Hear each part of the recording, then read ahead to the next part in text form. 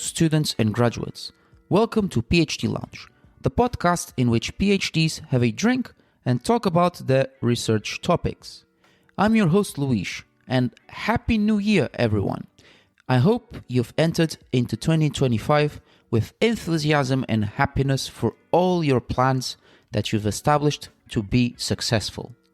First of all, congratulations to you who made it through the first term of university. I hope you aced your exams during January after spending Christmas and New Year with your family and friends. The exam period is always tough and can be mentally draining, and I've been through that myself too. I had to retake some exams for a few modules during my undergraduate, and now that you've passed, you might as well take some time to relax and do whatever you enjoy, like going to the cinema, meeting friends, hitting the gym, or maybe even picking up a new hobby. Here's a quick recap of my 2024. I had some great moments with my family in Portugal, not just my mother and brother, aunt and cousins, but my grandfather too, who is the last elder of my family from my mother's side and granddad in general. He is 91, and I can tell you that he survived the Second World War and the dictatorship in Portugal, meaning the Salazar and the Estado Novo period, ranging from his birth in 1933 until 1974, precisely on the 25th of April 1974, when the dictator Salazar's period of tyranny fell. I feel so lucky to get to visit my home country each year and catch up with my granddad.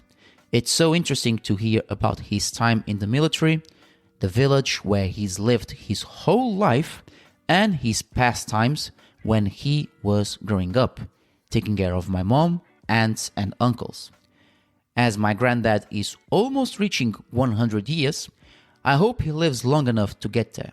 I'd love to meet up and have a long chat with him to see his positive energy and to find out how he lived such a great life despite the challenges he faced.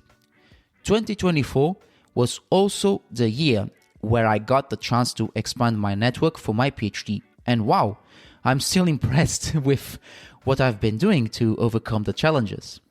They're tough at times, but they're so fulfilling to learn and grow from, making me the best version of myself both personally and professionally. I got to showcase my theories about hybridity and third space at two conferences last year's March and April. These were at Warwick and Liverpool universities. I presented my ideas on why these can be vanguardist terminologies to apply in ancient history and archaeology. It was also a great chance to have fun with my research and meet other PhDs who are interested in the same things as me. This will help me to get more job opportunities when I graduate. I'm hoping to submit it in June 2025 as I'm starting to restructure out my research and putting together a solid text to demonstrate my main argument and provide archaeological evidence featuring Homi Bhabha and his post-colonial concepts of hybridity and third space. I'm planning to apply these not only to my research, but also in debates about cultural contacts and the art and architecture of the Greco-Roman world. I've also had some success with my PhD Lounge podcast, even though I only really get to work on it on the weekends. At the moment, I'm sponsoring a few brands after spending some time looking for affiliate programs that fit with the idea behind my podcast, which is all about doctoral education. I've tried also to focus on what's more relevant for PhD candidates and graduates when they're facing bigger challenges during and after they graduate. And I have had more guests to share their doctoral experience as well. I can only say a big thank you to all of you who have contributed to the success of the PhD Lounge by playing, downloading, rating, and reviewing the podcast. By the time you hear this, I just wanted to say a massive thank you for your contributions. You're all awesome. PhD Lounge will continue to grow and cover new topics, and I'm working on it to get more guests to feature and promote the podcast on social media.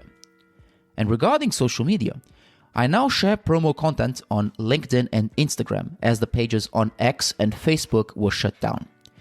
I think it was a smart move from a marketing and networking perspective because it taught me that having too many social media pages isn't always beneficial, especially when you've got other projects on the go, like my full-time PhD, my part-time job, and my teaching placement, which I've already started. It might be working out for those who are putting more time into their projects, which I respect, but for me, with the main focus on finishing my PhD, LinkedIn and Instagram are the ones I use more often to promote PhD Lounge. In addition to this, I was listening to 2 episodes of a podcast I follow called Mics to Millions about SEO engagement seeking and strategies to get monetized. The 2 episodes I listened to were good for thinking about different approaches to social media engagement. LinkedIn and Instagram are where most people in the podcast industry, academics, industry leaders, and PhD candidates and graduates engage with the world by posting interesting and engaging content, whether that's on video or typing texts with images. For me, both LinkedIn and Instagram are great for finding PhDs who'd like to become guests on the podcast and for coming up with ideas for individual sessions. I also got a few PhDs to reach out to me when I posted a promo video for an open invitation to all PhDs and graduates. If you're interested, I'll attach the episodes I listened to on Mics to Millions, but obviously I'll have to ask the host if I can. So, what are my goals for 2025? The first one is obviously to hand in my dissertation on the 30th of June. I've started already structuring my research to fit within the 100,000 word limit, the list of bibliographical references, acknowledgements, table of contents, abstract, illustrations, and keywords I use in my dissertation. I'm also resuming my teaching placement, this time at St. Richard Gwyn High School in Barry, which is near Cardiff, the capital of Wales. I'll be teaching history of art, focusing on portraits and portraiture. I'm hoping to get as much as possible out of it by learning from the pupils and my lead teacher, who will be supervising and giving feedback on my teaching skills during the class. It'll be a great challenge, and I'm sure I'll learn a lot. Podcast-wise, I've got an announcement for you. For the end of February and to be released in March, I'll have a guest from Tulane University in New Orleans, who will be sharing the PhD experience and the launch of a new book that person will release soon. I can't say much about this guest and the work that person has been doing for now, but you'll know soon when I post content about it when I release the full late night talk in March. And for not saying much about my future guest for protection, it is also useful to protect yourself and your personal data when you browse on the internet wherever you go, as anyone is one step ahead to steal your personal information for their own benefit. That's why I proudly present to you the sponsor of this new session of 2025, NordVPN. With NordVPN, you can protect your private information from passwords to credit card numbers from fraudsters and hackers that are taking away personal data from many users when their internet isn't protected. Considered the top internet protector from other VPN brands, NordVPN has different features to protect your internet and your personal data from malware, connects up to 10 devices, access to uninterrupted streaming, state-of-the-art encryption, strict no-log policy, and easy setup, including password management with NordPass and encryption with NordLocker, wherever you are situated in the world. By clicking on the link in the description, you can get NordVPN's New Year deal of 72% off of its 2-year plan with 30-day money guaranteed if you're not satisfied. Go to phdlounge.co.uk on the donate/affiliate tab and click NordVPN in bold to get this deal and to find more about this amazing VPN security provider. So now to introduce you to this late night solo session and the first one of 2025, I dive into a topic that is known to all of us students from undergrads to postdocs. It's about productivity tools and hacks we often use to improve our student experience and performance. However, I made a twist about these tools and hacks, attempting to argue something about them and how they can influence you almost on the south side, and what you can do to fit those tools and hacks around yourself and your working schedule. And this session is part of the Iceberg Explained series of the PhD Lounge. So, students and graduates, have some drinks, grab your seats, and let's introduce the following late night talk: the overwhelming downside of PhD productivity tools and hacks.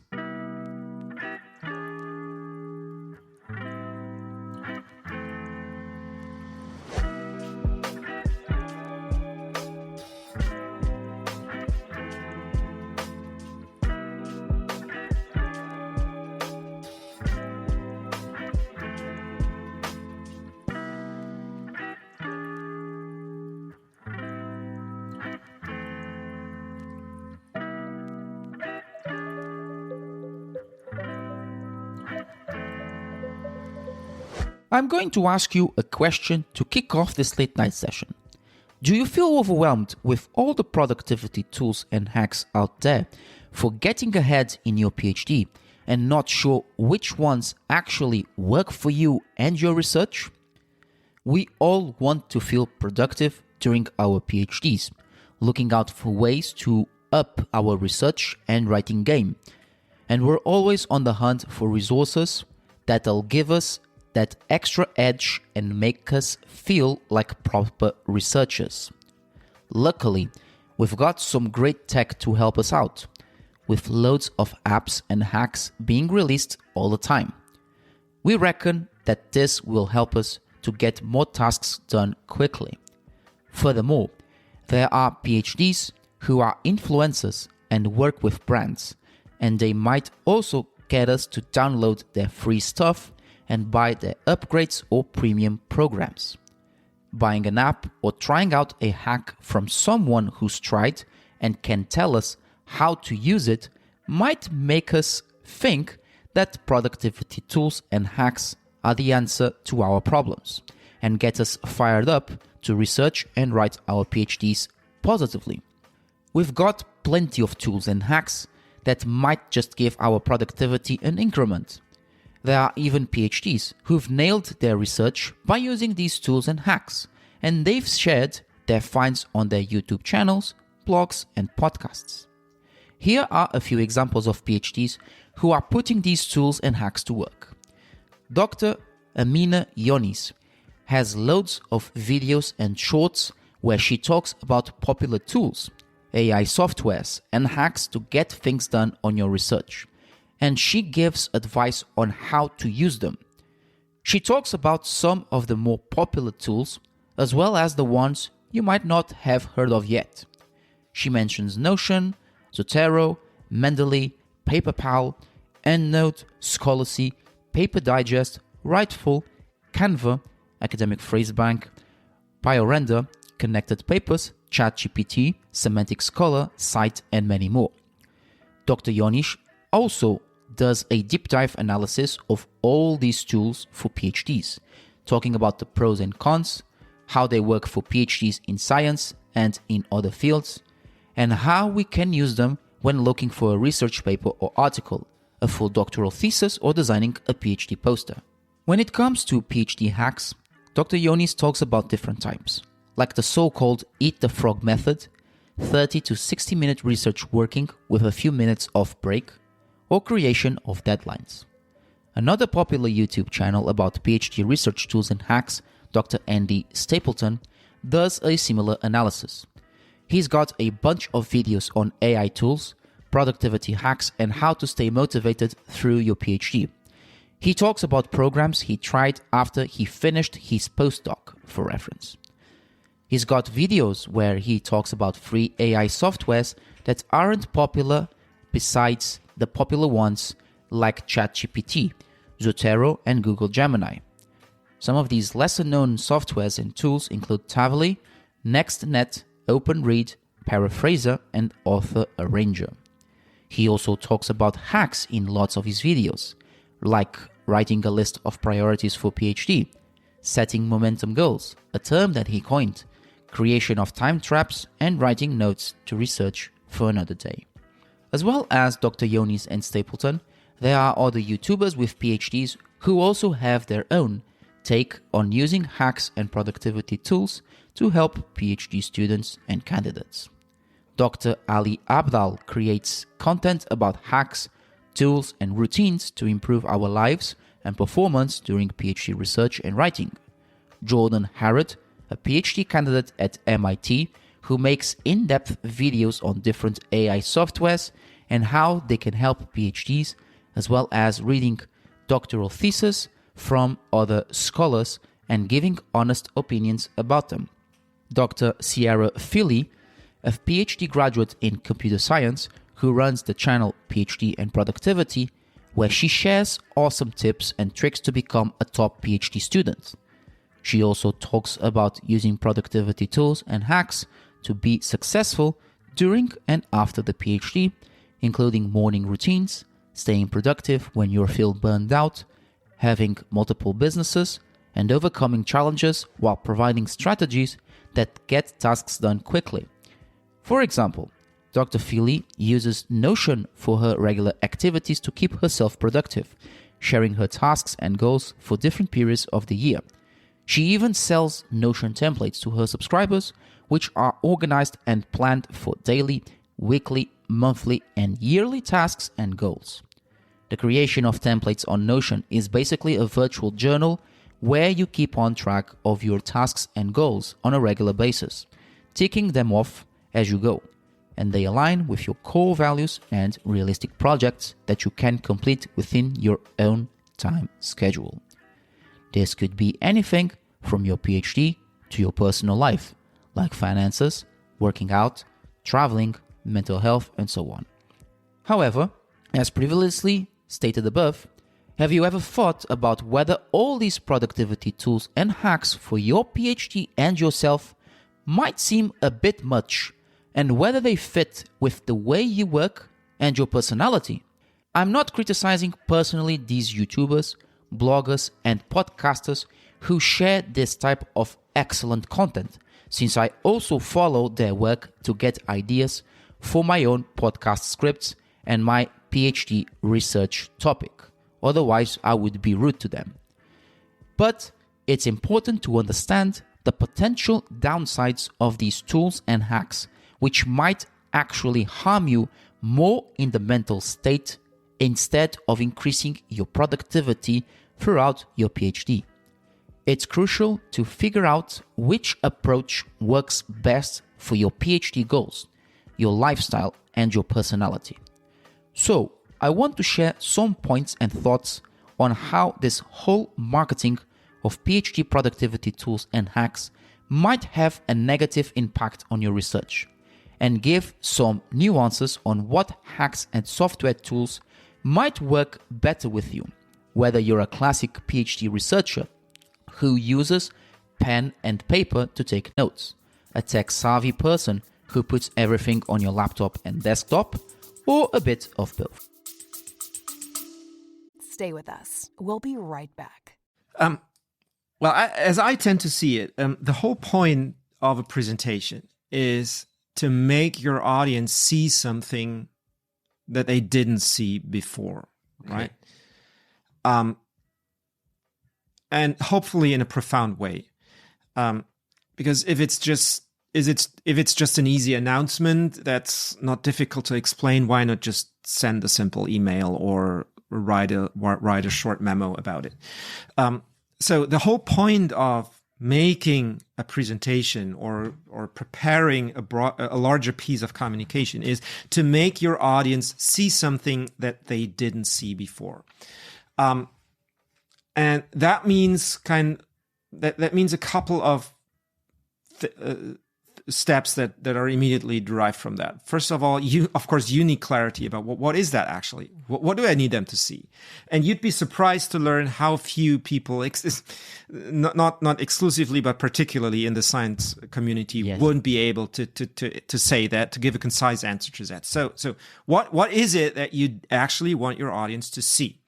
So, and once you've nailed that or have clarity for yourself what that is, you can ask the second question. So why don't they see it already? What do they see? What do they see that I don't? And what do they miss that I see already? And once you have that, you can kind of build a path between those 2 points. And the ultimate goal of a presentation is to lead them to what I would call the point of no return, which would probably coincide with that aha moment where you've told them everything that helps them really see what you wanted to make them see, where there is no going back for them because they've seen it in a way that they cannot unsee it anymore, and where it makes total sense because you've explained it in a way that makes sense, using words that they can understand, using images and metaphors that they are familiar with. Yes, something that is more exactly. It's more something that they are more familiar with. Something that is more common as they've seen, whether on TV or on YouTube. Something, in a sense, it's more of a touristic point of view. It's kind of like when they go to an event, they're attending a speaker. And you feel like, I'm a tourist here and I want to hear what you have to say. And then something comes up and they say something that sparks them and I say, aha, that's what I want to know.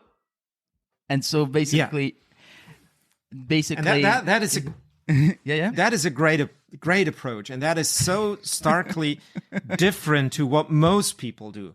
So most people, when I ask them how they would go about preparing a presentation, they tell me similar things. They first of all, they start with a presentation that they've already given a couple of weeks ago, and then they fill up all the other details that have come up since, and so until they discover, whoa, that's way too much information for 25 minutes. And then they start cutting and it's still too much. And so basically they have that problem of overwhelming their audience because there's so many things that are interesting and great and fascinating about my field, which makes sense. I mean, you're doing a PhD about it. You're researching 5 years on it. Of course, there's more interesting things to say about it than you've got time to say it. Yes. But that approach that you've outlined is a very different approach, where you basically turn that upside down and you don't even bother about all the things that you can say, but only ask yourself, what is that one thing that makes that tourist look over, come closer, and think to themselves, well, that is interesting. I want to know more about that. Sure. And so getting clarity and starting there. So what is that one thing? And often it's really literally one thing only. First off, when it comes to all these PhD productivity tools and hacks, I think it's fair to say that the people behind them are mainly in it for revenue, using influencers and social media marketing to sell their brand and products. A lot of these software programs that store bibliographies help to search sources that are difficult to search on Google Scholar or ResearchGate, and help to proofread and structure your texts like Grammarly, have a free trial option which gives you the chance to try them out with limited resources and see if they work for you. If you're satisfied and feel that you need to consume more to boost your productivity, you then upgrade to get more tools provided by these software programs for organizing and planning your schedule. The problem with these productivity tools, though, is that it's all about the paid upgrades, which might help you reach 5 or 10% of your PhD productivity after seeing content about these tools on social media and from influencers. When you buy an upgrade, you might not know how it works, as those upgraded plans have specific tools and add-ons that are usually aimed at businesses and people working as computer scientists, engineers, data analysts, or those studying a PhD in scientific fields like cell anatomy, biology, or chemistry who need specific productivity tools. Let's compare two popular productivity tools that PhDs usually use and have paid plans for students and scholars: Notion and Mendeley. Notion has paid plans and add-ons like the Notion AI at an extra $8.74 per month for students, scholars, small and big businesses, and enterprises. Prices vary depending on whether you pay monthly or annually. Students and scholars can get the Plus option for $10 a month or $96 a year, which works out at $8 a month. With this plan, you get productivity tools like templates for your daily tasks, data automations, analytics, more storage, and other updates. If you're a PhD candidate, the total you'd spend on the Notion Plus annual paid plan would be $200.88. This price would be without the AI add-on. The price per month with the AI, however, you'd pay $19.35 monthly with an annual price of $232.20. Mendeley has a free trial month before you commit to one of their three plans: Plus for students, Pro, and Max. Each one gives you storage space for references, papers, articles, dissertations, or posters. The Plus plan gives you 5 gigabytes of storage for $4.99 a month or $55 a year, which is $4.58 monthly. Depending on the internet bill, let's say $35 per month or $420 per year, plus either Notion or Mendeley. The total sum of both internet bill and either one of those softwares, you'd pay $652.20 annually regarding Notion, which is $53 per month with the AI included, or $475 per year with Mendeley, which is $39.58 per month respectively. That's for a single person, but if you're sharing with roommates or partners, that'll probably cost a bit more, I think. For some PhD students, these prices might seem like a good deal if they know how to work with the student plans and organize their productive tasks during their PhD, and also if they had good financial resources or even a side hustle that pays well. On the other hand, some PhDs might have the cash but not be keen on spending a month or annual plan to buy those paid plans from Notion or Mendeley because they might not know how to use Notion's templates or Mendeley's data storage system. Instead, they'd rather spend their time and money on other things to boost their PhD productivity. Plus, these productivity tools are just a way for companies to make money without thinking about whether they'll actually help PhDs in, for instance, PE, English Lit, art history, chemistry, civil engineering, nursing, and so on. For my own PhD, I don't pay for productivity tools, but I admit that in the past, I did pay an annual plan on Grammarly to proofread and give suggestions on my writing score.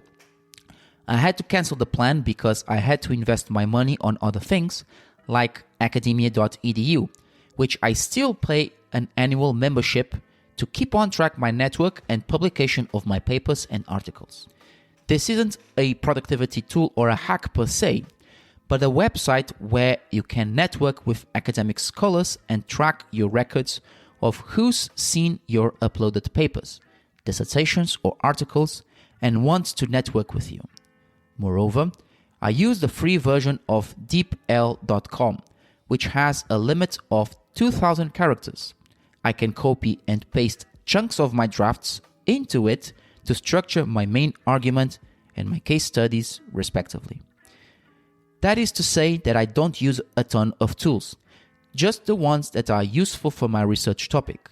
I mix and match them with my usual methods, like Scriber to copy and paste generated APA citations, Internet Archive and Google Scholar to research older volumes and articles, as well as recent ones, and Google Gemini to clarify some arguments I wrote in my thesis.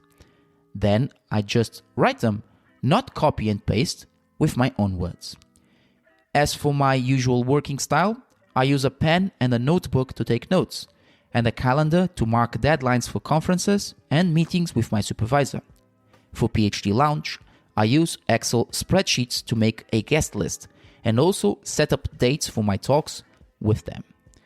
I find that all these free software tools and my usual working style really help my productivity, no matter what my research topic is.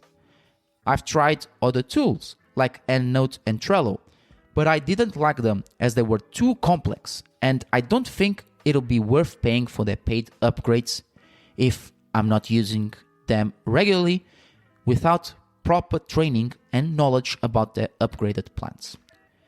If I were to graduate and get a job that needed these and other tools, they could be useful, but for now I don't think it's worth investing in tools I'm not familiar with.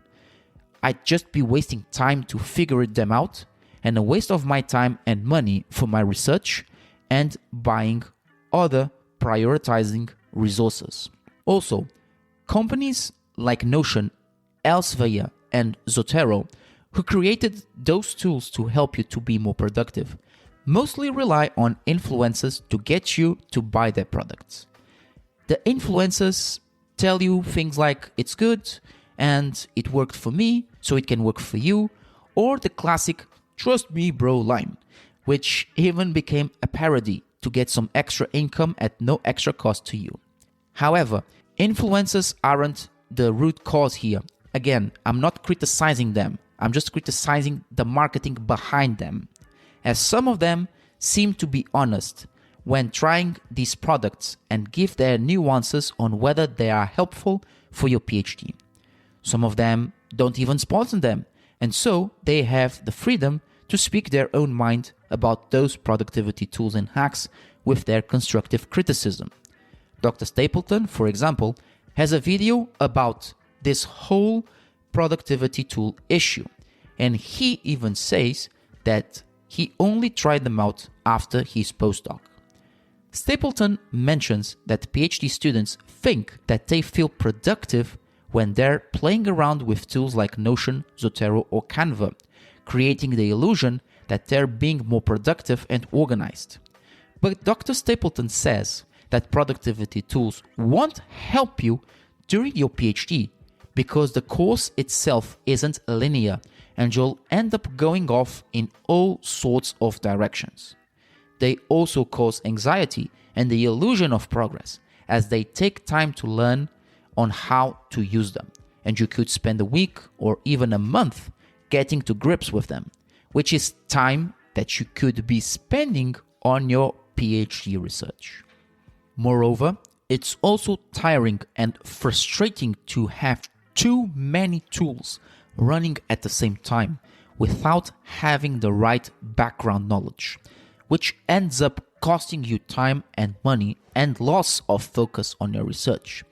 Most importantly, they'll impact your critical thinking about whether they're useful for your PhD work schedule and flow, and whether it's worth paying for the upgraded versions of those tools to meet your research standards.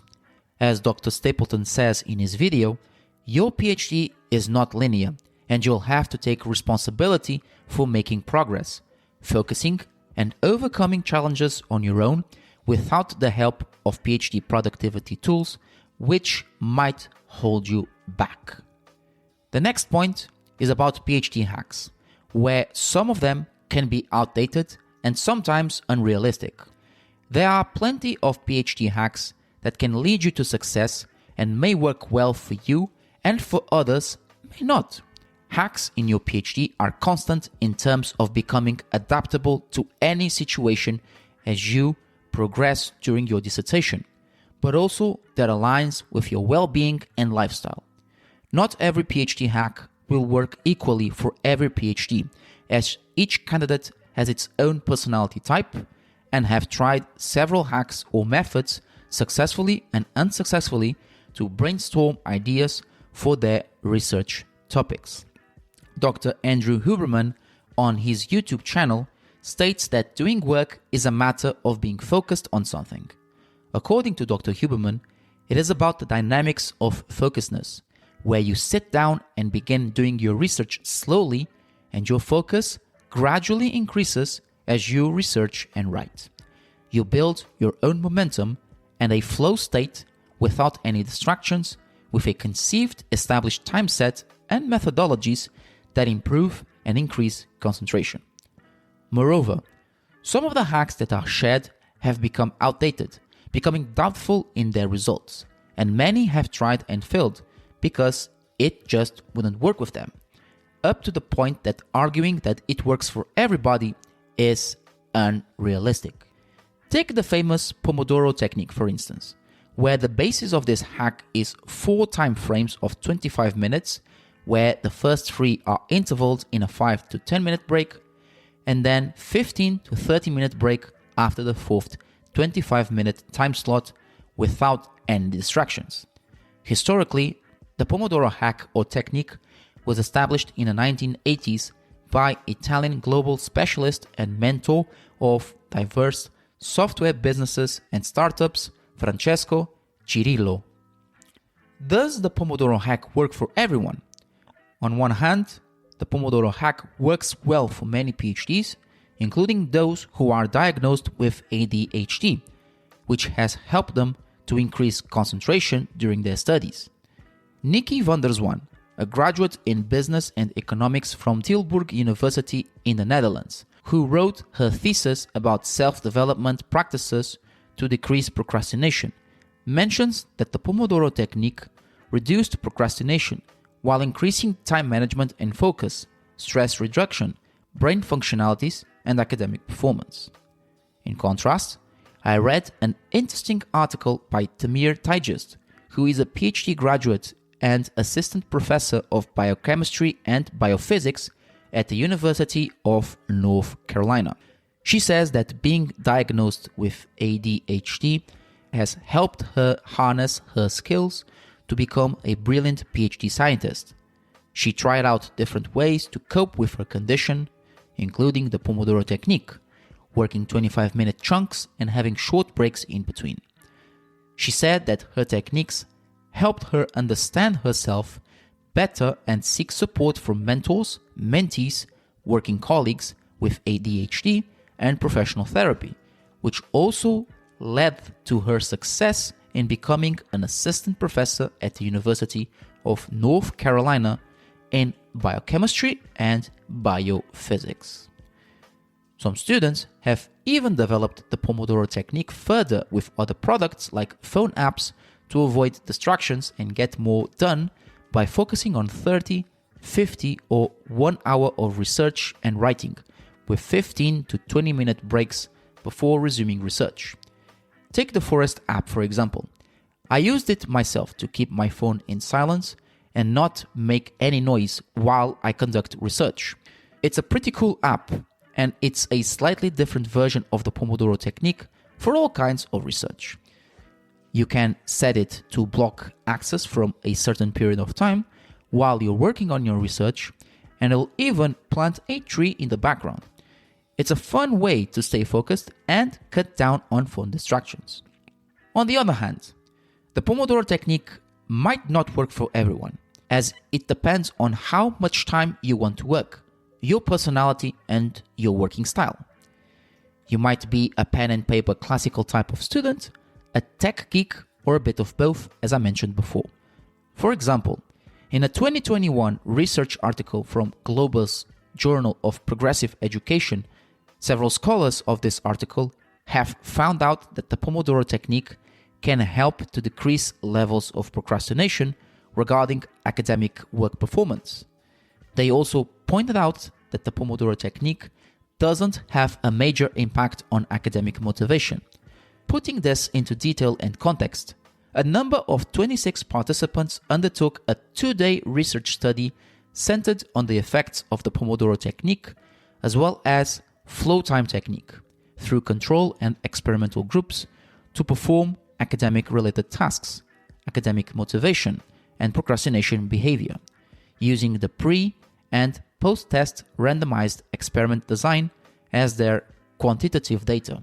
At the end of each experiment, each table corresponding to each category, i.e. academic tasks, academic motivation, and procrastination behavior, was shown on the article, provided by the percentage of completion, incompletion, increase and decrease, and indifference on both experimental and control groups. The researchers at the end of the 2 days have concluded that students weren't able to complete their tasks, showing a 70+% even with the use of the Pomodoro and flow time techniques. On the procrastination behavior, the Pomodoro technique was introduced in the post-test and there was least decrease of procrastination behavior, while it increased with the use of flow time technique. Regarding the control group, there was no difference. On the academic motivation, the experimental group registered a higher result of academic motivation when using the Pomodoro technique and a decrease while using the flow time one. On the control group, however, it shows indifference. Overall, while the study has shown highs and lows on both techniques, the conclusion from this research is about finding adjustments to the workflow and using strategies to increase academic motivation, reduce procrastination, and better completion of academic tasks, claiming that the Pomodoro technique in this case isn't enough, even though it can be a positive hack as they argue. This is not to say that the Pomodoro technique isn't good, but there are ways to increase your PhD performance with this and other related hacks that could fit your working style and productivity. My last point for this late night session is about productivity tools and hacks not working well with your personality type. You might be wondering what I mean by that. Your personality has a big impact on your PhD. So does the type of research topic you've got, your working style, and the tools and hacks that fit within your research. Everyone's got their own unique personality, and it's influenced by the environment they're in, including during a PhD.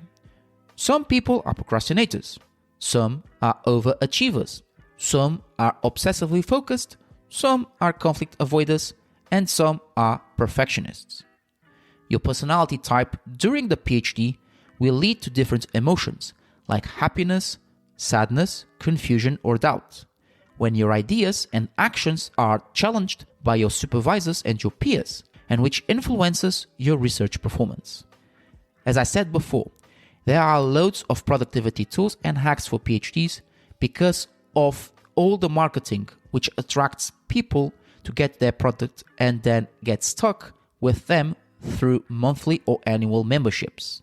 Having so much options can really influence your decision making, playing a big part in your personality and how you organize your research.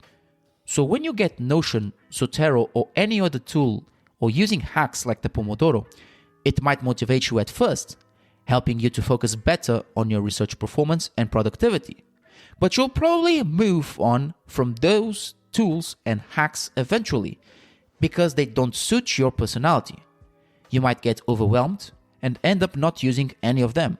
It's like having a wardrobe full of clothes and using 5 or 6 of them for casual, business, and formal occasions. So, you need to find the productivity tool and hack that fits your personality type. Work out your strengths and weaknesses, and use that hack and tool for your PhD working style. For example, if you're a perfectionist, you're probably super organized, always fighting against procrastination and imposter syndrome, and putting work first. You can structure your PhD work around your social life and hobbies, keeping your workflow on track to meet deadlines without feeling swamped. One useful technique is the divergent thinker method, which helps you solve problems by coming up with lots of different solutions to get things done quickly and effectively. If you're a procrastinator who gets distracted easily, you could try to talking to your partner or wife or a close friend to hold you accountable. Or you could try the eat the frog method, where you prioritize the hardest tasks and get them done first. To conclude this late night session, do productivity tools and hacks help you thrive during your PhD? They can help you succeed in your doctorate, but it depends on you nevertheless. It doesn't matter how many tech or classic productivity tools and hacks you use for your research. Your mindset is the key to setting goals and achieving them. You need to have a realistic view of how you want to reach your PhD and hold that degree aloft, shouting from the rooftops that you're now a doctor of philosophy. Remember, I'm speaking from personal experience here, as I'm just 6 to 5 months away from submitting my own PhD on June the 30th. Every moment of the day can influence your research performance and your personality. Try to find a balance in your productivity and use the tools and hacks that suit yourself and your working style. And most importantly, enjoy your PhD without getting bogged down by all the external noise of those productivity tools and hacks online that screams, "Buy my product," which occupies your time that is valuable for your dissertation. And with that, I wrap up this late night session. Thank you so much for having the time to tune into it, and I hope that this session made you think about using productivity tools and hacks for your PhD.